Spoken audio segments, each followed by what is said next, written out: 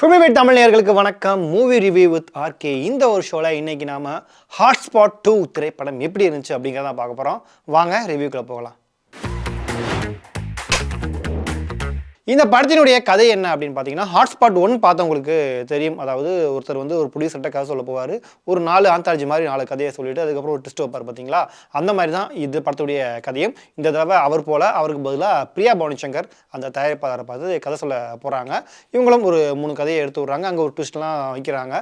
So அதுக்கு பிறகு என்ன நடந்துச்சு, என்னென்ன கதையெல்லாம் அவங்க சொல்கிறாங்க அப்படிங்கிறது தான் இந்த ஹாட்ஸ்பாட் 2 திரைப்படத்தினுடைய கதை. இந்த படத்தில் நடிகர்கள் பிரியா பவானி சங்கர், எம்எஸ் பாஸ்கர், தம்பி ராமையா, ஆதித்யா பாஸ்கர், ரக்ஷன், பவானி ஸ்ரீ அப்படின்னு நிறைய நடிகர்கள் நடிச்சிருக்காங்க. இதில் மொத்தம் 3 கதை தான். ஹாட்ஸ்பாட் 1ல் வந்து மொத்தம் 4 கதை வரும். இதில் மொத்தம் 3 கதை தான். நடிகர்கள் எல்லாருமே தங்களுடைய பெர்ஃபார்மன்ஸை சரியாக பண்ணியிருக்காங்க. தம்பி ராமையோட பெர்ஃபார்மன்ஸ் மற்றும் எம்எஸ் பாஸ்கர் இவங்க ரெண்டு பேரும் சரி நடிகர்கள். அவங்களுடைய பெர்ஃபார்மன்ஸ் வந்து அந்த கேரக்டருக்கு ஏற்ற மாதிரி பயங்கரமாக பண்ணியிருந்தாங்க. அவங்களுக்கு வாழ்த்துக்கள். மற்றபடி எல்லாருமே தங்களுடைய வேலையை சரியாக பண்ணியிருக்காங்க. அஸ்வின், பவானி ஸ்ரீ அவங்க வரக்கூடிய அந்த ஒரு போர்ஷனுமே நல்லா இருந்தது. அஸ்வினை ரொம்ப நாளுக்கு பிறகு நம்ம ஸ்க்ரீனில் பார்க்கும்போது நல்லா இருந்துச்சு. அவருடைய பெர்ஃபார்மன்ஸுமே நல்லா இருந்தது. வாழ்த்துக்கள். பிரியா பவானி சங்கர் தான் இந்த படத்தில் வந்து கிட்டத்தட்ட ஒரு கேமியோ மாதிரி சொல்லிட்டு போனேன். ஏன்னா பெருசாக பெர்ஃபார்மன்ஸ் பண்ணுற மாதிரியான ஸ்பேஸ் கிடையாது. அவங்களுக்கு கேரக்டர் ஜஸ்ட் கதை சொல்கிறது அவ்வளோதான்.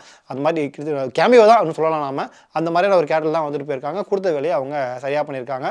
ஸோ இப்படி எல்லாருமே தங்களுடைய வேலையை நடிப்பில் சரியாக பண்ணியிருக்காங்க. இந்த படத்தினுடைய இயக்குனர் விக்னேஷ் கார்த்திக் ஹாட்ஸ்பாட் 1 வெற்றியை தொடர்ந்து இந்த படத்தை திரும்பவும் எடுத்திருக்காரு. பார்ட் 2 எடுத்திருக்காரு. ஹாட்ஸ்பாட் 1 ஒரு மிகப்பெரிய வெற்றி அடைஞ்சது எல்லாருக்குமே தெரியும். ஏன்னா அந்த 4 கதையுமே வித்தியாசமாக இருந்தது. பார்வையாளர்களோட கனெக்ட் பண்ணிக்கிற மாதிரி இருந்தது. நிறைய விமர்சனங்களையும் எழுப்புச்சு. ஸோ அது ஒரு கமர்ஷியலாகவும் சரி, விமர்சன ரீதியாகவும் ஒரு நல்ல வரவேற்பு கிடைச்சது அந்த படத்துக்கு. ஸோ அதோட கண்டினியூட்டியாகவே இந்த படத்தை அவர் எடுத்திருக்காரு. ஆமாம், அந்த படம் பார்த்தா தான் இந்த படம் புரியுமாலாம் கிடையாது. கண்டினியூட்டி இருக்குது. ஆனால் அந்த படத்துக்குமே இந்த படத்துக்குமே ஒரு கண்டினியூட்டி இருக்குது. இதில் ஒரு 3 கதைகள் சொல்லப்படுது. அந்த 3 கதைகள்லையுமே விக்னேஷ் கார்த்திக் வந்து சமூகத்தில் ஏதாவது ஒரு விஷயத்தை நம்ம புதுசாக சொல்லணும், ஒரு முக்கியமான விஷயத்தை நம்ம படைக்கணும் அப்படின்றதுக்காக யோசிச்சிருக்காரு. 3 கதையிலுமே ஒவ்வொரு மெசேஜ் அவர் கொண்டுட்டு வர்றாரு. அதுக்கு அவருக்கு பாராட்டுகள். அதில் 3வது கதைலாம் சயின்ஸ் ஃபிக்ஷன் லெவலில் டைம் ட்ராவல் பண்ணிலாம் யோசிச்சிருக்காரு. அதுக்கு அவருக்கு வாழ்த்துக்கள். படத்தினுடைய டிஓபி எடிட்டிங் அஃப்கோர்ஸ் நல்லா இருந்தது. ஏன்னா எடிட்டிங்கில் வந்து நிறைய அந்த அஸ்வின் போர்ஷன் வரும்போதெல்லாம் நிறைய ஜம்ப் கட்ஸ் இந்த மாதிரி நிறைய விஷயங்கள் பண்ணியிருந்தாங்க. அதெல்லாம் எடிட்டிங் நல்லா இருந்தது. சினிமாட்டோகிராஃபி, மியூசிக் எல்லாமே நல்லா இருந்தது. எல்லாமே நல்லா பண்ணியிருக்காங்க. இன்றைக்கி தேதியில் கரண்ட் டாப்பிக்காக ட்ரெண்டிங்காக என்னென்ன போயிட்டு இருக்கோ அது எல்லாத்தையுமே தான் ஃபோக்கஸ் பண்ணி அதை கொஞ்சம் சினிமாத்தனம் கலந்து கொஞ்சம் சொல்ல ட்ரை பண்ணியிருக்காரு விக்னேஷ் கார்த்திக். அதில் 2 முக்கியமான நடிகர்கள், அவருடைய ரசிகர்கள் வந்து எப்படி இந்த சினிமா அப்படின்னு போயிட்டு இருக்காங்க. இப்போ கூட நம்ம நிறைய பேர் அந்த மாதிரி இருக்காங்க. ரசிகர்கள் வந்து சினிமா நாயகர்களுக்காக உயிரே கொடுப்பேன், அப்படி கொடுப்பேன், ஆனால் குடும்பத்தை கவனிக்க மாட்டேன் அப்படின்ற மாதிரிலாம். ஸோ அதுக்காக ஒரு விஷயத்தெல்லாம் சொல்லியிருந்திருக்காங்க. அதெல்லாம் சொல்ல வந்த விஷயம் நல்லா இருந்தது. தம்பி ராமையா போர்ஷனில் அப்பாவுக்கும் மகளுக்குமான அந்த ஒரு கால வேறுபாடு இருக்குது பார்த்தீங்களா. இவங்க எப்படி வளர்ந்தாங்க, இவங்க எப்படி வளர்றாங்க, அந்த ஜென்ரேஷன் கேப்பு, இதை பற்றி பேசினது. அஸ்வினுடைய போர்ஷனில் வந்து இந்த சயின்ஸ் ஃபிக்ஷன் டைம் ட்ராவல் பண்ணுறது, அதில் ஒரு ட்விஸ்ட் வைக்கிறதுன்னு இந்த சின்ன விஷயங்கள் வந்து படத்தில் பார்க்கும்போது நல்லா இருந்தது. குறிப்பாக அந்த அஸ்வின் போர்ஷனில் அந்த கிளைமேக்ஸில் வரக்கூடிய அந்த ஒரு ட்விஸ்ட்டு யாருமே எதிர்பார்க்காதது, அது நல்லா இருந்தது.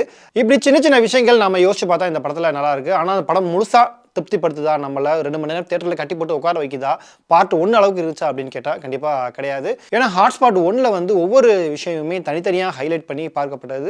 ரொம்பவும் ரைட்டிங்லேயே அவர் நல்லா எழுதியிருந்தார். ஆனால் இப்போ ஹாட்ஸ்பாட் 2ல் ரைட்டிங்லேயே அவர் ரொம்பவும் சும்மா மேலோட்டமாக ஏனோ தானோன்னு இந்த விஷயம் இதை மட்டும் நம்ம வச்சுக்கிறோம், இதை வச்சுட்டு நம்ம சும்மா எழுதிடலாம் அப்படின்ற மாதிரி எழுதிட்டாரோ அப்படின்ற மாதிரி தோணுது. ஏன்னா ஸ்க்ரீன் பிளே ஆகட்டும், அவங்க சொல்ல அந்த விஷயத்தை கன்வே பண்ணியிருக்கிறது, இது எல்லாமே ரொம்பவும் அமைச்சராக தான் எனக்கு ஃபீல் ஆச்சு.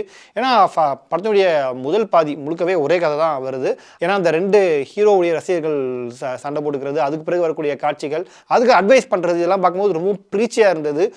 ஒரு படம் பார்க்குற ஃபீலிங் நமக்கு கிடைக்கல. யூடியூப்ல உட்காந்து ஒரு வீடியோ பார்க்குற மாதிரி தான் அது இருந்துச்சு. 2வது தம்பி ராமையா வரக்கூடிய போர்ஷன் வந்து கொஞ்சம் நல்லா இருக்குது. நல்லா போயிட்டு இருக்கும்போது பார்த்தா இந்த சீனை நம்ம ஏற்கனவே பார்த்துருக்கோமே அப்படின்னு டக்குன்னு நமக்கு ஆண் பாவம் போல அதில் வரக்கூடிய ஒரு காட்சி தான் ஞாபகத்துக்கு வருது. அது அப்படியே அங்கே கணவன் மனைவினா இங்கே அப்பா மகளுக்கு அதை அப்படியே மாற்றி வச்சு பண்ணியிருக்காரு அப்படின்ற படம் பார்க்கும்போது அது ஆட்டோமேட்டிக்காக நமக்கு தோணுது. 3வது அஸ்வின் வரக்கூடிய அந்த ஒரு போர்ஷனுமே நம்ம ஹவுஸ்மேட்ஸ் படத்தில் பார்த்துருப்போம். இந்த டைம் ட்ராவல் பண்ணி வர்றது அந்த மாதிரியான விஷயங்கள், சில விஷயங்கள் ஞாபகப்படுத்துது.